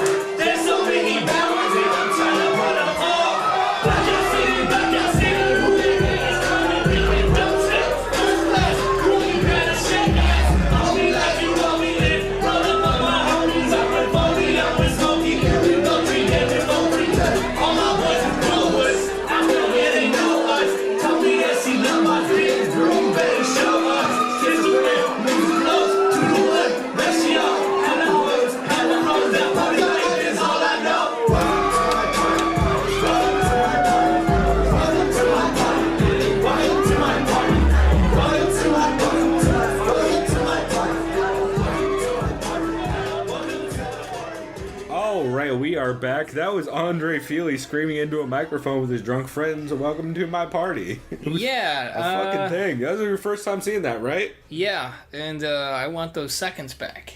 Yeah, it's a thing. It's a thing. Oh boy. Also, some things I forgot to mention at the end of last segment. I forgot to go through news, which there was some fucking podcast news this week and other news, but mostly podcast news. Chris, fuck.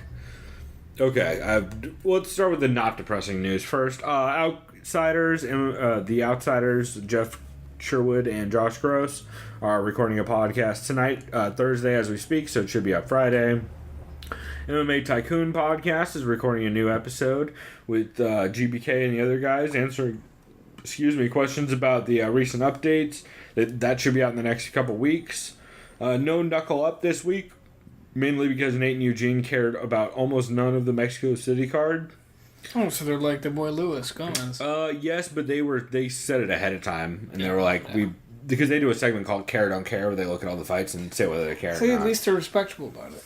Right. And speaking of disrespectable... Or polite, I should say. Podcast One. I've ranted against them as recently as, I believe, last week. Saying they're a bunch of fucking assholes who are owned by Westwood One, the old fucked out radio station that used to actually, ironically enough, own Loveline. They're a bunch of giant shitheads who don't know anything about new media. Chris, guess what podcast they canceled last week? You're welcome. No. Podcast One. The only ones that listen to Podcast One that I remember are either You're Welcome, which is not. It's clearly not You Believe in Me, so it's Sean Funky the Baddest Man, unfortunately. Yep. God damn, that sucks. They canceled, if you go on their Twitter, it says Podcast One canceled Sean Funky and the Baddest Man. Why would you cancel that? Because they're fucking old people who don't understand the internet, and whoever's running their Twitter account was a fucking idiot because they were tweeting So are they gonna go back to like lineup MMA or not? Like I don't know. They'll probably go to Libsyn, right? I don't even know if they're gonna come back. We'll see. Hopefully they start up a podcast. That's a shame, yeah, because I looked it up today and it said July 27th. I was like, that's not like that. Yeah. So I'm fucking bummed out. Yeah, evidently it was around the 1st when they tweeted that out. So that's why there hasn't been a podcast in like 2 weeks or whatever. So pretty fucking bummed out about it. But what are you gonna do, I guess? But that was the only news I had. So yeah, I was gonna say we can not discuss it, but just mention UFC 217 is shaping up nicely right now. That's gonna be the Madison Square Garden card, November 4th. The only official fight officially signed, unfortunately, but I think it might be entertaining, is George St. Pierre against Michael Bisping for the not real title of the 185 division. That's right. If you ask me. The imaginary title? Yep. The money-weight title. So that's confirmed. The other one that will probably be confirmed soon is Cody Garbrandt to Dillashaw, which we're all expected by this year. Thank you, Cody, for having a speedy recovery with your back. Hopefully. Yeah, hopefully, yeah, because that is a serious issue. So that will probably be confirmed, we hope. Other ones that are in the works, Joanna Jędrzejczyk versus Rose Namajunas is rumored. Another one I just saw, Khabib Nurmagomedov and Tony Ferguson for like the 5th time is rumored. That'd be fucking great. Wonderboy Thompson wants Jorge Masvidal. That'd be great. There's just a lot of fucking good fights. options. Yeah. Saw another big fight. Holly Cyborg. No, that was 219, but no, yeah. But still, something else is for 217. no, it's I forget like a massive one, dude. It's like another massive fight. Yeah, I forget off the top of my head. But pretty wild though. It should be an interesting card for sure. And they're starting to stack out that 216 card a little bit too. From what I remember. So should be interesting. Let's see. So why don't we get into Fight Night in Mexico City? Overall, this card was pretty fucking good, man. Yeah, I enjoyed it. I mean, it's hard not to like it with a bunch of quick finishes. The only thing that really sucked, other than this song,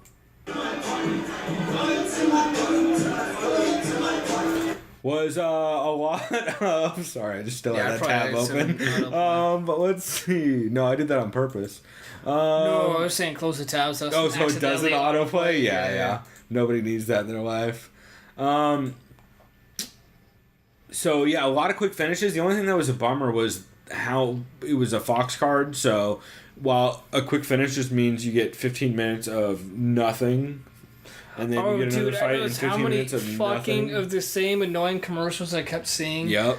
Like I like this song Radar Love, I get it, but not with the same motorcycle commercial a million times for insurance. Yeah. Yeah. Jordan Breen made the joke that there was so many breaks at a certain point he was pretty sure Karen Bryant was going to have to throw back to the desk to Karen Bryant and just she was going to eat her own head scanner style or whatever, just fucking implode. Because it was just like Karen Bryant was literally going to be like, and now let's go back to the desk with Karen Bryant.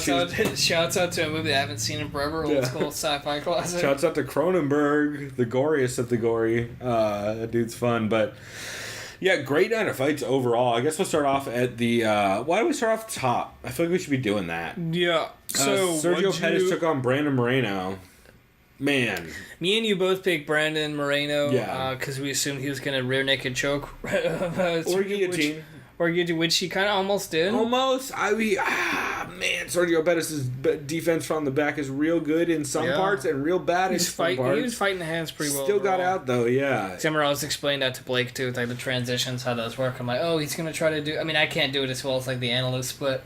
I was just kind of explaining the bare bones of it, like what he's going to try to do. So it was an entertaining fight overall. It was just Sergio Pettis is just way too technical of a striker in his kickboxing and his taekwondo, and he pieced up Moreno pretty good. Give credit to Moreno; he didn't really ever stop backing down. He had pressure pretty much most of the time. Yeah, absolutely. And Moreno, he just kept doing that wild shit where he was like, I believe Conor Rebus described it as, it's like when you're in sparring and you're doing wild shit to see what you can get away with in a real fight, except he was doing it in a main event fucking fight against Sergio Pettis. Like, just like crazy, like dropping your hands and putting your chin out. I just mentioned it earlier, but someone called him a squid. Yeah, exactly. Or an octopus. yeah. The fucking octopus fighting style. So good. Yeah, overall, I mean, it's kind of how I thought that fight was going to go. I thought if Brandon Moreno didn't get him out in the first 2 rounds of the sub, I think or kid's crazy, I think he's just as young as Sergio. I think he's only 23, so... Yeah, he's going to come back, and like we were talking about, he's probably going to get a lot fairer matchup, because this is, I mean, that kid's been thrown into nothing but the deep end since the beginning. Yeah, you mentioned like a John Moraga or a... Chris Carrizo. Yeah, Chris Carriazo. Yeah. Either of those would be fun, man. Especially Carriazo, because Carriazo's scrappy, but Brandon Moreno's really crafty, and I think that'd be a fun matchup. Moraga, it might even still be... I don't know. Moraga is also one of those guys who, like, I don't know what Moraga is going to show up at this point. Yeah. Some of those, What do you think? Fight though. Yeah, what do you think of the co-main Alexa Grasso versus Randa Marco? So we just rewatched it, and who did you have it for? I think I scored it Randa, but barely. I have it Randa barely too. I can almost call it a draw. Yeah, but no one likes draws. I have the last 2 rounds for Randa. Alexa Grasso for sure took the first round. I felt like. I mean, I was biased because Randa was on my fantasy squad. Yeah, I mean it was, and they were all real close rounds. Yeah. I gave Alexa Grasso the first round because that shitty head and arm throw that Randa Marcos went for. I think we gave it to Randa because at the end they showed the fight stats, the fight metric, and they're all pretty dead even in strikes too, and you just kind of accumulate the fact that Randa had the takedowns, and she had some nasty ground and pound at the end of the second round when she was just banging on her from mount with elbows. Like that shit was nasty. I kind of assumed Rudula, like, it's in Mexico City and it's plus fight, so it's gonna be Grasso. And if you look at it, like there was a bunch of split decisions on this. Every fight that went to decision was a split decision, except for the Quinones fight where it wasn't even close. Yeah, but overall, Alexa Grasso looked good. I wish she would have more output, but part of that might be altitude, plus being on fucking antibiotics, plus not making weight. Like, it's just a lot against her. Yeah, she still looks sharp either way in the stand-up. Yeah, and Randa didn't look bad. She definitely, like, made some decisions that, like, she leans over to her right so fucking much. And especially after just watching the Ultimate Fighter, or not Ultimate Fighter, the Contender series. Probably shouldn't telegraph a lean that much, which we'll talk about in a bit, but man, pretty just impressive performance by both of them. I thought Randa took it, but I like, it was close enough that like I could see it going either way, I guess. Speaking of fights that were not close, my boy Alan Joban got pieced up in the face. By your boy, as he wrote it, Nike Pierce. By your boy, Nike Pierce. Yeah, that's right. Because thanks to autocorrect, Nike Pierce is what it came out with. Yeah, this Nico Price is a guy I saw. I think it was maybe his only 4th or 5th fight in the UFC. If that. I watched his last 2 fights, and I just saw like his raw power. And I know Joe Band was kind of more. He's the more experienced, but I just chose Nico just based on, I don't know. I guess it was a hunch. He's a tough, scrappy dude, and clearly, and he has some pop on his punches, man. He hit that right hand right down the pipe on Allen, and then went for the head kick immediately on the way down. The only thing I recommend Nico do is definitely get a real haircut and don't braid your chin goatee. That's not a very good idea, unless you're trying to look like Jafar from Blood. And I'd also actually recommend that to just any person, not just him normal, specifically. sane person. Yeah, don't braid your chin hair, bruh. Yeah. Just don't do that. That sounds like a bad plan. Speaking of bad plans, Martin Bravo's plan did not work out against Johnny Bravo, your boy Bandonnet. Wow. Who I actually picked Bandonnet, and then I fucking changed it, I believe, when I actually submitted my pick. So I fucking lost the Bandonnet. I'm pretty sure. You know what's funny? I would have to double check on the If you look at MMA Martin community. Bravo's photo, looks like some. If it wasn't colorized, his hairstyle looks like some old 1970s high school yearbook photo or some shit. It's He's kind of like weird. posing at the camera. Yeah. See what I mean? It is pretty weird for sure. But yeah, man, Bravo just got stretched the fuck out with. It was a body kick, and then he came back up with a head kick, and he caught him with his knee and put him fucking out. Yeah, right on the fucking jaw. Like with toes curled, fucking fully stretched out. Oh, and he landed 2 more little short shot punches. Yeah. Like right at the end. It was That was nasty. 26 seconds in. Jesus Christ. There's a lot of fast finishes on this card. Although that leads us into one of the super not fast finishes on this card. Sam Alvey, Rashad Evans, where I don't know if y'all listened last week. I wouldn't blame you if you didn't, because I got kind of drunk. However, we called that this was going to be exactly this fight, because they're 2 fucking counter strikers at 185 pounds with poor gas tanks at elevation. Like, the fuck did everybody expect from this fight? I feel, which I'm also weirded out that people found this fight more entertaining than the Tyron Woodley fight, because for sure wasn't, but it was rough, man. Every time you put 2 counter punchers against each other, it's always tough. Rashad did good early, in that first round. I feel like he still has some speed on some of his hooks. And when he was throwing, he was landing big shit. Like, he landed a giant right hand that, made Sam Alvey's head turn, fucking 2/3 of the way around. But just Sam Alvey, being a monster, just keeps walking forward and feinting shots for 19 years and then throwing 3 big sweeping hooks. And then while you move out of the way, making that weird face. Yeah, or he's like, he has that half smile, half. He's the weirdest fucking boxing guard too. It's just like this. I wonder how deviated Sam Alvey's septum is. I wonder if that's why he holds his mouth like that. Probably to open the nostril that gets the air. Because I do that shit sometimes, where you like a weird kind of scowl thing going, because you're literally trying to move your nose in the way that you get air to more head. I've seen my brother used to do it all the time when he was a kid, because he was a deviated septum. Because my dad, from when I broke it. Yeah, my brother didn't even break his nose, and he was just fucked up genetics. No, see, I broke the shit out of my nose. We were getting pulled on a raft behind a boat by my uncle when he was drunk. Me and my other cousin, and I slip off the raft. So he's dragging us on a raft. He does a fucking 180-degree turn, so we're just bouncing straight 90 degrees to the right on the raft. Both of us holding onto the same raft. I slip off. My cousin slips off a half second later. Heel goes right into my nose. So I come up just fucking looking like I died. I got shot in the face. It's blood everywhere. I had black eyes and fucking giant swollen nose. It was brutal. Didn't go to the doctor though, because I'm a fucking man about it. I was in 8th grade. Took some Percocet. No, I was in 8th grade. That's how I said that. Totally fine with you. I think I literally just went and was oh no, it's cool. I'll just go skate or whatever. I'm fine. Cause fucking that's how I handled shit. I wouldn't recommend it though. By the way, if you break your nose, get your nose fixed, or else they're gonna have to re-break it to fix your fucking deviated septum. AKA Owen Wilson. Wow. Yeah. Oh wow. Wow. Speaking of wow, I didn't see this fight, but Alejandro Perez looks like he fought a xenomorph, according to Andre Sigmantel's picture. Where's his hairline? Yeah, it was a fucking. So that was a fight where Sukumtad dropped him 3 times with I think mostly jabs. Yeah, and he lost. You didn't see this fight? No, I picked him because I thought Sukumtad was the shit. I thought it was like last fight. Yeah, so Sukumtad. Well, maybe we should rewatch this at some point. I mean, we should. Yeah. But yeah, Sukumtad essentially landed some big shots, but kind of just got so cocky that he started losing his output, and Perez was able to put in just enough pressure on to barely get that decision. I did give it to Perez, but barely, man. And to be fair, the shit he dropped him with, it was like a couple jabs that Andre Perez, or Alejandro rather Perez, just like stepped square into and fell square on his ass. Like he wasn't getting he was getting crushed by him, but he wasn't like getting blasted with overhands or anything.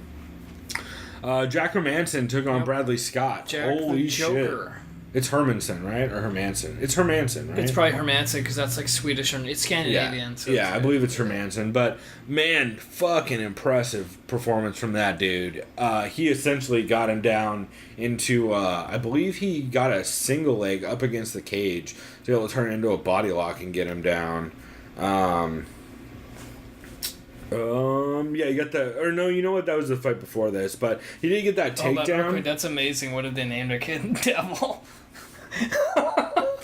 Fucking sure. I'm sorry. That's guys. So Connor's kid's name is Devil McGregor. Yeah, according to Sherdog. So yeah, Hermanson got that dominant takedown within like a minute, and basically puts himself in a triangle, but he's able to pass the side control, immediately step over to mount. That sounds fucking tight.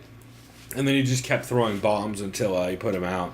But yeah, it was a pretty dominant win for Hermanson, and that's the second fight in a row he's done that to dudes, where he just gets him down, passes straight to mount, and pounds on him from like mount and back control until they just literally the ref has to step in.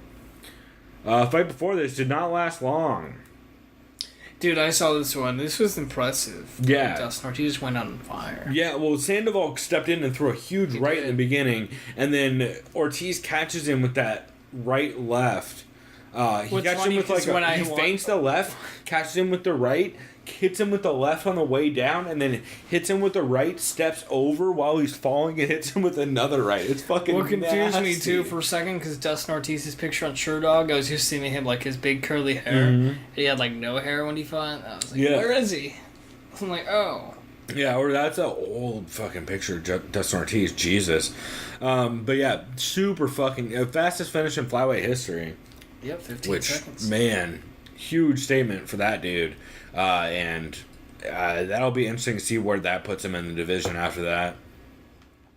Hani Yaya, the snake charmer, taking on Henry Briones. Yeah, Enrique Briones. Enrique. You said Henry. I said. Well, they call him Henry Briones, but it's Enrique Henry Briones. You're right. Like, it's weird. Sherdog's calling him by his birth name, Enrique. Right. Well, so that's why I got screwed up. So yeah, Hani Yaya able to essentially. He was the one who got the single leg, pushed him up against cage, got the double under, got that takedown into, I believe, half guard. And then he was able to transition to, like, he stepped over, no, this is side control. Went for that guillotine from side control as the guy turned over. And then in the scramble was able to get to north-south, almost locked in a north-south choke, got back to side control, then he got put in half guard. And that was when he did that step over, when he was like pushed down the knee to go to mount, and the guy gave him the arm for the Kimura. And you watch that Kimura, man, he fucking wrenched that thing. Like, the homeboy's shoulder is fucked up right now, I guarantee it. Because that thing was so deep, and he wrenched it hard. And the ref, dude immediately starts tapping quick, and the ref steps in. Super dominant performance from Hani Yaya, and he made Matt Serra real happy, so good for him. Alliance's own down here sitting Jose Alberto Quinones. Yeah, so I didn't realize he was an Alliance guy until I watched the fight. I saw that fool there. Yeah. He trains it up. I totally forgot about that. But I should have gone with him because he looked real good that fight. I think I chose him. I don't even know. I don't think he did. Maybe I didn't. I think it was because the other guy has had a better resume. Oh, yeah. But, man, Quinones just absolutely dominant, kept getting top control, kept piecing him up on the ground just over and over and over again. It was super dominant. And then we had the 2 Fight Pass prelims. I didn't catch these. I was at work. So the Joseph Morales fight, he took on Roberto, sorry. So not Roberto Sanchez. Joseph Morales, we actually should know because he was at the CFFC 64 card. Oh, shit. Because he was on that looking for a fight show. So, we've actually seen him fight before in person, but didn't notice it. Full disclosure, I was pretty drunk last week. I learned I should not just pound a bunch of coffee, not eat, and then drink a bunch of hard alcohol and beers when we do this show. It's a bad plan. Go figure. Oh, yeah. I was looking at these. Looks like we both went with Morales because he was on. Did we? Okay, then. Wait.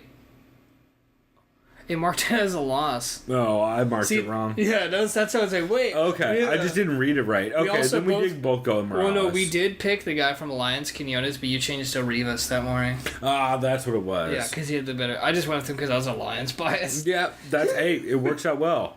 It works out well pretty often, except for a couple people. Sorry, I got real distracted. Joseph Morales, pretty impressive performance. I think from the beginning, who was it? Oh, yeah. So Sanchez gets the takedown early, and he does that classic gift wrap, Ben Askren behind the back. Yep. You grab that opposite arm, and then you just fucking throw heavy heat. Definitely won the first round pretty convincingly. Nope, not the first round. Sorry, the first half of the round, pretty convincingly. And then eventually Morales was able to work up to his feet, and he fucking blasts Sanchez and just keeps following it up. Sanchez, I think, falls to his knees, and Morales is just still swinging. Eventually he's able to get the back and get the choke. But, man, just super good comeback, because at the beginning of that fight, he got taken down and was getting lit up on the ground, but he was able to recover. And then eventually just catch him with a bomb. So that was cool. And then Jordan Rinaldi beat Alvaro Herrera, who... Jordan Breen was the one who said it this week. He said, rarely am I ever for, fat dudes on couches telling people what they should be doing better. However, if you are getting choked out by a fucking... by a goddamn Von Flue choke at this point in MMA, you should not be in the UFC. Yeah. Because literally all you have to do is not hold on to someone's neck and side control. Yep. And if I know that, and everyone else knows that, and you don't know that when they called it shoulder? Yeah, they wrote it as a shoulder choke on Sherdog, but it's that's what it is. It's a Von Flue choke. It's when someone holds on to the head from side control, and you basically just put your body weight into it and grab almost like a head and arm kind of position, and you just put them out. And dude tapped fucking hard, but it's just real upsetting to see at any kind of high level in MMA, because literally all you have to do is not hold the dude's head and you're fine. But dudes just try to strong arm shit and get caught. But overall, fun card, man. How many finishes? There's 4 decisions on the whole card? 5, I guess. 1, 2, 3, 4, 5. Yeah. So 7 finishes. 7, yeah, 7, and all first round finishes. By the way, 7 first round finishes is wild. So really fun card. It's on Fight Pass for some reason. Which should never happen. I don't know why. Normally Fox has a delay of a certain period of time on these things, but if you go on Fight Pass, I was watching the Fight Pass prelims, and then it just rolled over into the regular prelims and kept going, and I was like, oh, okay, cool. So it's a quick watch. If you just want to go through and watch all the finishes, it takes maybe an hour. And I would recommend doing it if you have not seen that card yet, but it was a lot of fun though. And you want to jump right into Contender? Yeah. All right. Let me pull this up once Sherdog stops fucking having a panic attack. Shouts out to Greg McGregor. Greg McGregor, that's right. Fucking Sherdog.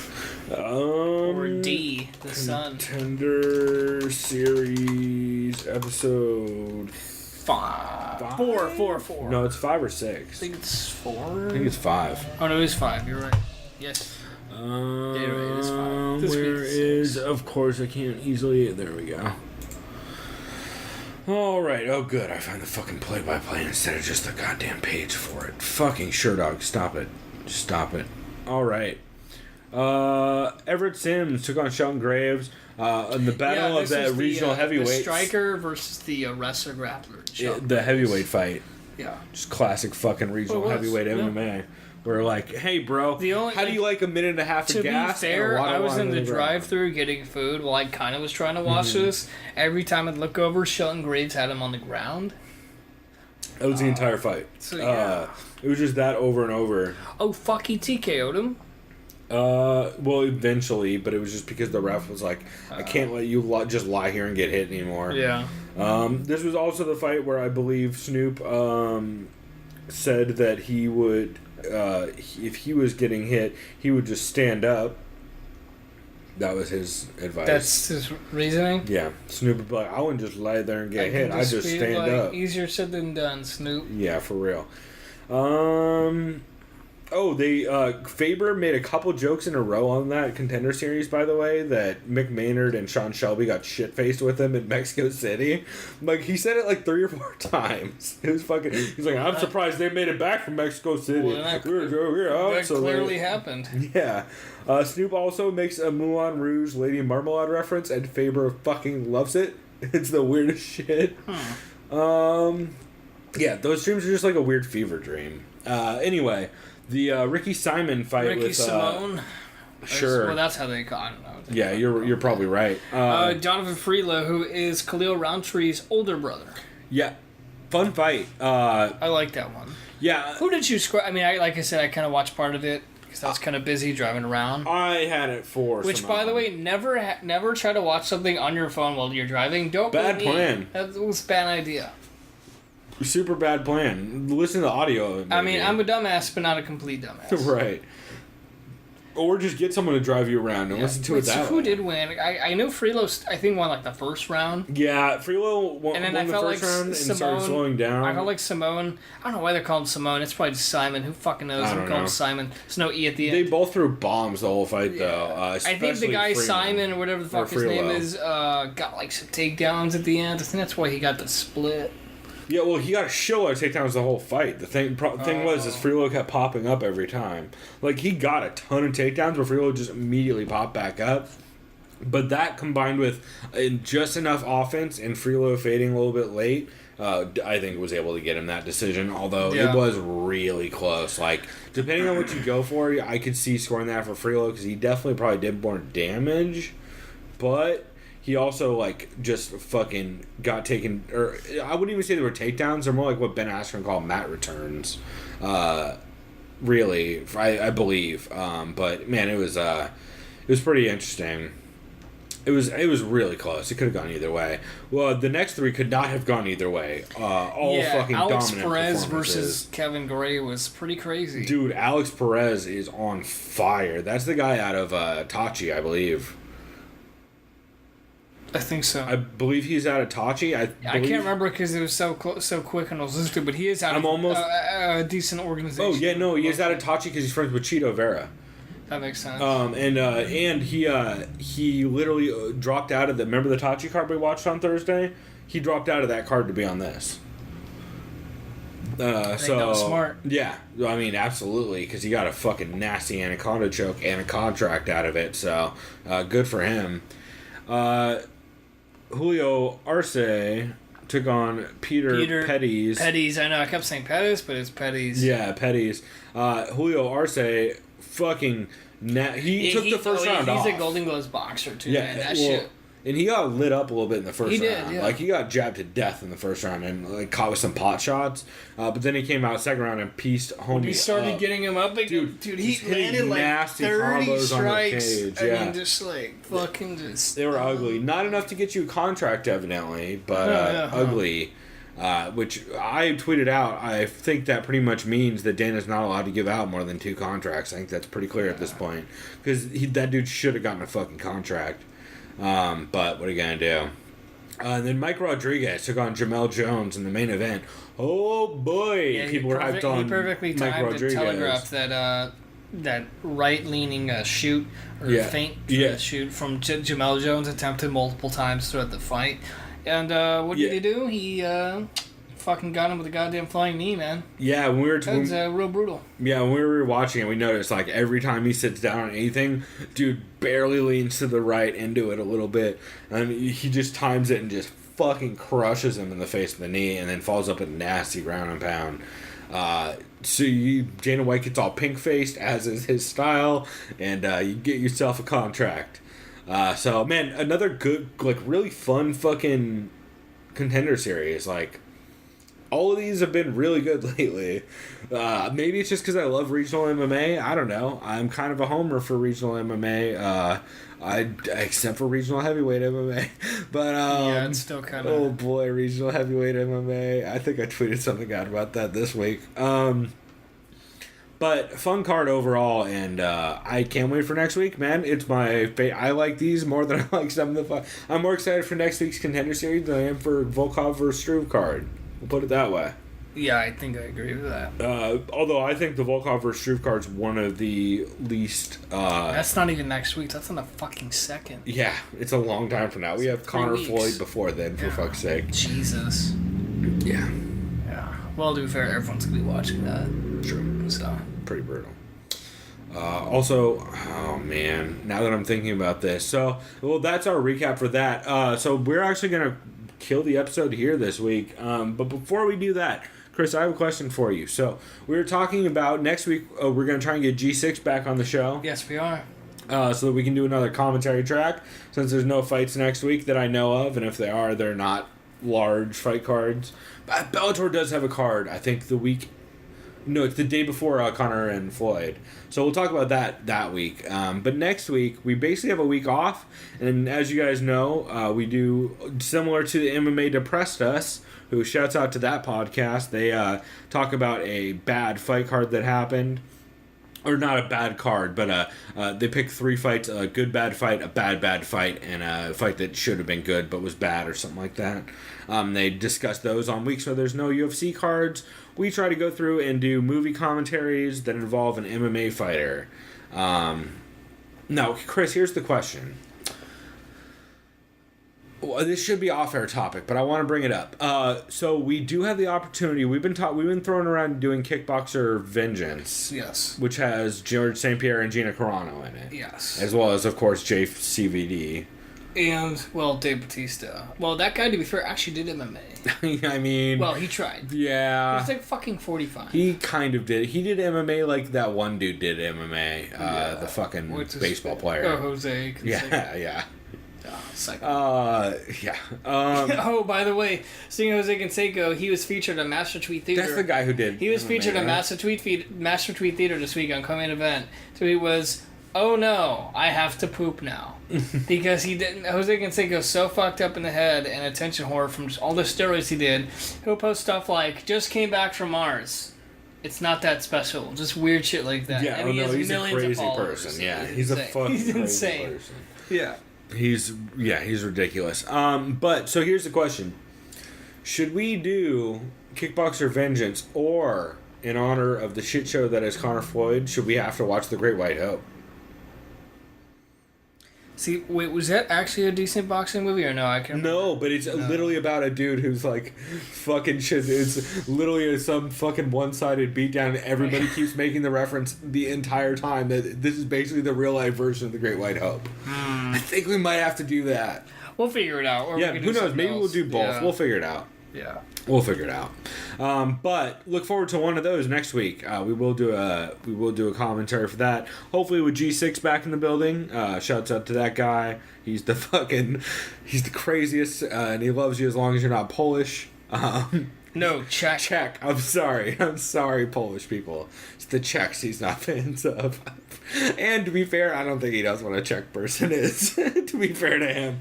I think he was still saying Czechoslovakia. Yeah, he was. It's my favorite part. It's like, yeah, Soviet Union died a while ago. Not to G6. I keep almost using his real name. All right, so we will wrap this here, but look for all that As you guys know, you can hit us up on Twitter, TSOV Pod. You can find us on YouTube, The Sound of Violence. TheSoundOfViolence.com is the website. We're on iTunes, Stitcher, everywhere. Google Play, everywhere. If there's anywhere that we should be that we're not, let me know. Send an email to Chris@thesoundofviolence.com or sovpod@gmail.com, and I will get that taken care of. Also, if you guys look in the link to this podcast, or in the description of this podcast on our website, we do link to the MMA Tycoon.com, which is MMA fucking basically like giant nerdy stats MMA game. It's like a fucking MMA manager sim kind of thing. Really dumb, but really goofy. Shouts out to shouts out to Yen Askren, one of my fighters who is about to fight for the 185 title down in Hilo. And in the Beatdown organization, shouts out to that. Also, shouts out to Freebach, the clothing company I run, rather. So, yeah, check all that out. Let us know what MMA podcast we should be listening to. Let us know how we're fucking up. And until next week with G6 and some fucked up commentary, go do something decadent. We out. Bye.